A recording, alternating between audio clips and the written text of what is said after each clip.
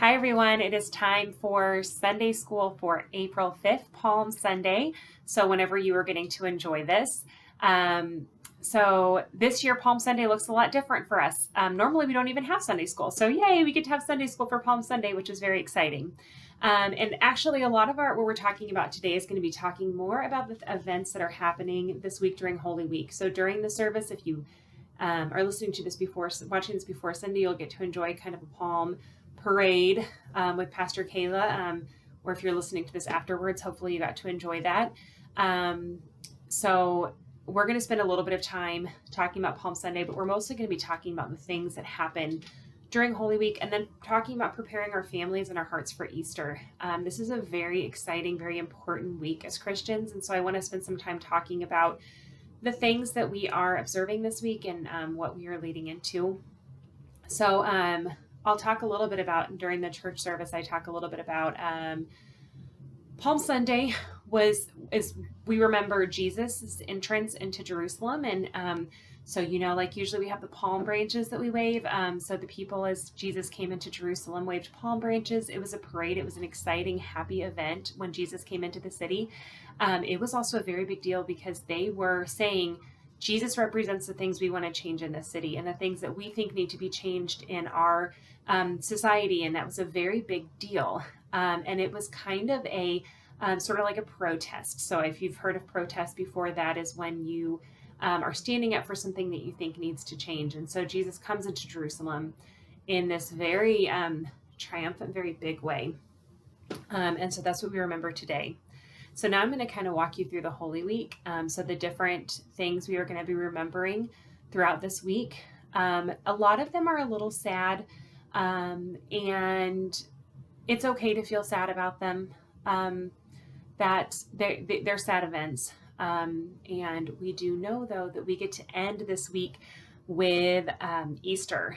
So know that that is coming, and that is a joyous occasion that we get to look forward to. So first, we're going to start with the Last Supper. So after sunset, Jesus and his friends, they gathered around a table to eat the Passover meal.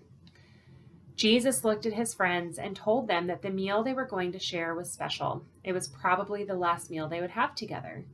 Then Jesus took a loaf of bread and blessed it. He broke the bread into pieces, and he shared it with his friends, saying, "Each time you eat some bread, remember me." Then he took a cup of wine and gave thanks to God. Jesus said, "Take this wine and share it together." After the meal was finished, Jesus and his friends went to a quiet place. Jesus said to his friends, "Sit here while I go over there to pray." Jesus then took his closest friends, Peter, James, and John, and asked them to stay awake and wait with him.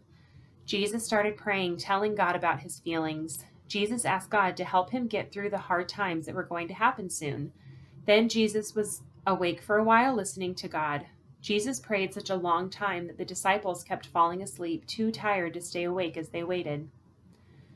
Suddenly, Jesus and his friends were surrounded by people carrying swords and clubs. Judas, one of the people who used to be Jesus' friend, was there too. He helped the officers of the temple police to arrest Jesus. One of Jesus' friends saw what was happening, grabbed his own sword, and cut the ear off a slave of the high priest. "Put your sword away," said Jesus. And Jesus touched the man's ear and healed it. Jesus was taken to the house of the high priest. Because Jesus' teaching was different from their teaching, some of the religious leaders were angry and tried to trick Jesus by asking difficult questions. Most of Jesus' friends were so scared that they ran away, but Peter followed him. Some people had gathered around a fire in the courtyard of the high priest's house. Peter sat with them. A servant girl recognized Peter and said, "You were with Jesus." Peter said, "I don't know him." A little later, someone else said, "I'm sure you're one of Jesus' followers," but Peter said, "No, I'm not." Then another person said, "You must be. You sound just like them." Peter shouted, "I don't know the man." And as soon as he said this, a rooster crowed, and Peter remembered what Jesus had said, "Before the Easter crows today, you will pretend 3 times you do not know me." Peter went and cried bitterly. The rest of that night and the next day was a scary and sad time for Jesus and his friends. The men who had arrested Jesus beat him and were mean to him. Then they took Jesus to Pilate, the Roman governor of the country. Pilate asked Jesus some questions, but he didn't think Jesus had done anything wrong. But the leaders wouldn't give up. They made sure the crowd shouted, "Crucify him! Kill him!" They kept shouting until Pilate finally gave in and sentenced Jesus to death. The soldiers made fun of Jesus, putting a crown of thorns on his head and saying, "Hail, the King of the Jews!" As the soldiers led Jesus away to be crucified, they grabbed a man named Simon and made him carry Jesus' cross. Jesus felt sad and lonely and afraid. The soldiers put him on a cross between two thieves. When Jesus died, the sky became dark, even though it was only 3 o'clock in the afternoon. The ground shook, and the holy curtain in the temple was ripped in half. A soldier who was standing nearby said, "I think this man really was special to God." The followers were sad and scared. Some brave women stayed beside the cross. That evening, Joseph of Arimathea, a respected Jewish council member, asked Pilate for permission to bury Jesus' body. Joseph wrapped Jesus' body in a linen cloth and laid it in a small cave. And then he rolled a great stone in front of the entrance to the cave and went home. The women finally went home, desperately sad. So that is where Holy Week ends. And most of you probably know that the next thing that happens is Easter, when Jesus rises. But it's important that we take the time this week to remember the things that led up to Jesus' death and how he was killed because he wanted to change things and because he was a person who was standing up for the people who were being hurt. And it's important that we take time this week to really think about that.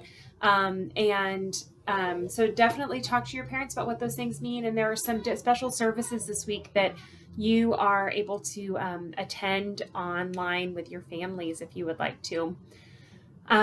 So then as we get ready for Easter, one of the things that we want to do is prepare a special worship place for Easter Sunday. So you probably have had a spot in your house maybe you've been watching the church services from. And if you have not already, you can start making that a really special place. So maybe setting things there that will make it feel more like a worship space. One thing we talked about in the church service is the crosses. So if you haven't watched the church service, I'll talk about making these and using these to decorate your space. Another thing I want to encourage you to do is to come up with some artwork. And I want you to think about using things from around your house to make art. And it doesn't have to be... it can be anything you want it to be. So this was a piece of art that I made. So I just took some torn up pieces of construction paper and I made it into a cross. I just kind of put this together quickly, but I bet you can probably come up with something even more creative. If you want to send me pictures of those, I would love to see them and love to see what your worship space looks like. So just find some different art that you can use to decorate your worship space and make it somewhere really special for you to enjoy Easter with. With your family for next Sunday. Okay, let's see. I think that is everything for this Sunday. I am so excited to celebrate with you this week. Hopefully I get to see some of you in the online worships. So let's take a moment and pray before we go. Dear God, thank you for helping us understand what Jesus went through in the week before his death, and help us to prepare our hearts and our homes for Easter. Amen. All right. Thank you.